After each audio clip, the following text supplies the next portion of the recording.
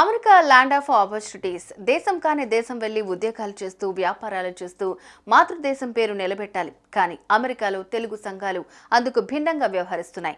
తాజాగా యాపిల్ కంపెనీలో పనిచేస్తున్న 185 మంది తెలుగు టెక్కీలను ఆ కంపెనీ ఉద్యోగాల నుంచి నిర్దాక్షిణ్యంగా తొలగించడంతో అసలు విషయం బయటపడింది. విరాళాలు పొందిన తానాకు ఎఫ్బీఐ కాలిఫోర్నియా డిస్ట్రిక్ట్ కోర్టు నోటీసులు జారీ చేయడం, పూర్తి వివరాలతో హాజరు కావాలని చెప్పడంతో ఒక్కసారిగా మ్యాటర్ బ్లాస్ట్ అయింది. దీంతో అమెరికాలోని తెలుగు సంఘాలు చేస్తున్న స్కామ్ కథలన్నీ ఒక్కొక్కటిగా తెరపైకి వస్తున్నాయి.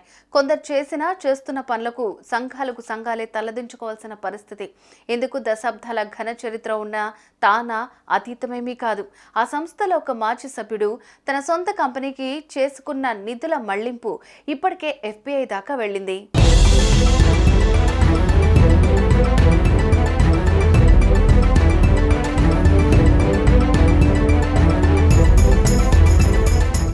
అంతకు మించిన సమస్యలు అమెరికాలోని తెలుగు అసోసియేషన్ల చుట్టూ తిరుగుతున్నాయి. ఒకవైపు ఫెడరల్ బ్యూరో ఇన్వెస్టిగేషన్, ఇంకోవైపు యుఎస్ ఇంటర్నల్ రెవెన్యూ సర్వీస్ రంగంలోకి దిగడంతో మ్యాచింగ్ గ్రాంట్ ప్రోగ్రాం ద్వారా విరాళాలు అందుకున్న తెలుగు అసోసియేషన్ల స్కామ్ కథ వెలుగులోకి వచ్చింది. అమెరికాలో తెలుగు సంఘాలకు లెక్కలేదు. అమెరికాలో ఉన్న తెలుగు వారంతా తానా, నాటా, ఆటా, నాట్స్, నిర్వా, ఆప్తా వంటి సంఘాలు ఏర్పడ్డారు. అమెరికాలో కాపులు, కమ్మలు, రెడ్లు కుల సంఘాలుగా ఏర్పడి ఈ ఆర్గనైజేషన్స్ ను నడిపిస్తున్నాయి.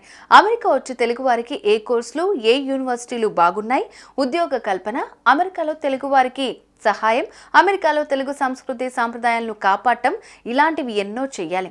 వీటి ముసుగులో నిధులు సేకరించి సొంత అవసరాలకు వాడుకుంటున్న ఉదంతం తానాలో బయటపడింది.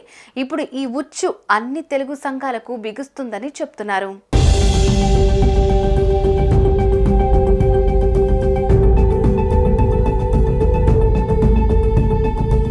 అమెరికా తెలుగు సంఘాల్లోని కొందరు చేసిన పనికి విరాళాలు ఇచ్చినట్లు నటించిన వారు, తమ కంపెనీలను బోల్తా కొట్టించిన వారు, విరాళాలు పొందిన సంస్థలు ఇప్పుడంతా మూకుమ్మడిగా ఇరుక్కునే పరిస్థితి.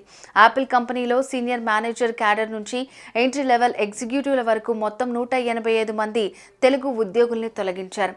కారణం యాపిల్ మ్యాచింగ్ గ్రాంట్ ప్రోగ్రామ్ను దుర్వినియోగం చేయటమే. అమెరికాలో ఒక కార్పొరేట్ సంస్థలో పనిచేసే ఉద్యోగి ఏదైనా స్వచ్ఛంద సంస్థకు విరాళం ఇచ్చారనుకుందాం. అప్పుడు ఆ సదరు కంపెనీ కూడా ఉద్యోగుల్లో ఇలా దాతృత్వ భావన పెంచేందుకు ఉద్యోగి ఎంత నిధిని డొనేట్ చేస్తాడు, అంతే మొత్తం సదరు కార్పొరేట్ సంస్థ కూడా అదే ఎన్జిఓకి కార్పొరేట్ సోషల్ రెస్పాన్సిబిలిటీగా నిధులు విరాళంగా ఇస్తుంది. ఇందులో కంపెనీ ఆశయం గొప్పది. అయితే అదే లూప్ హోల్ను తెలుగు ఉద్యోగులు ఉపయోగించుకుని డబ్బులు విరాళంగా ఇస్తున్నట్లు ట్రాన్స్ఫర్ చేయటం, సదరు కంపెనీ కూడా ట్రాన్స్ఫర్ చేయగానే వాళ్ళ డబ్బులు వాళ్లకు తిరిగి ఇచ్చేయటం లాంటి పనులు చేస్తారు.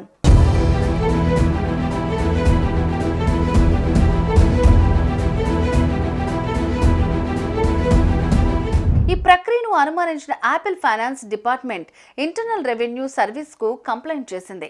అందులో భాగంగానే ఈ స్కామ్ మొత్తం బయటపడింది. దీంతో తానాకు కాలిఫోర్నియా డిస్ట్రిక్ట్ కోర్టు నోటీసులు జారీ చేసింది. తానాకు సంబంధించిన మొత్తం సమాచారంతో కోర్టు ముందు హాజరు కావాలని ఆదేశించింది. ఆ సమాచారాన్ని ఎఫ్బీఐకి కూడా మెయిల్ చేయాలని ఆదేశించింది.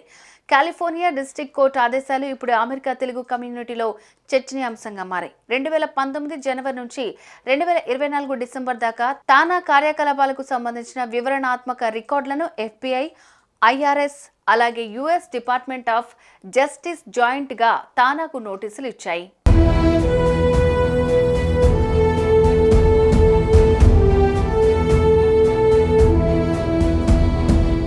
తానాకు ఈ మ్యాచింగ్ గ్రాంట్స్ ప్రోగ్రాం విరాళాలు ఒక తలనొప్పైతే ఇప్పటికే తానా ఫౌండేషన్ నిధుల మళ్లింపు వ్యవహారం మరింత ఇరుకున పెట్టింది. తానా ఫౌండేషన్ మాజీ కోశాధికారి శ్రీకాంత్ పోలవరపు $3 మిలియన్ పైగా నిధులను తన సొంత సంస్థకు మళ్లించినట్లు ఆరోపణలు వచ్చాయి. దీన్ని తీవ్రంగా పరిగణించిన తానా బోర్డు మీటింగ్ పెట్టుకుని ఆయన నుంచి రికవరీ చేసే చర్యల్లో ఉన్నాయి.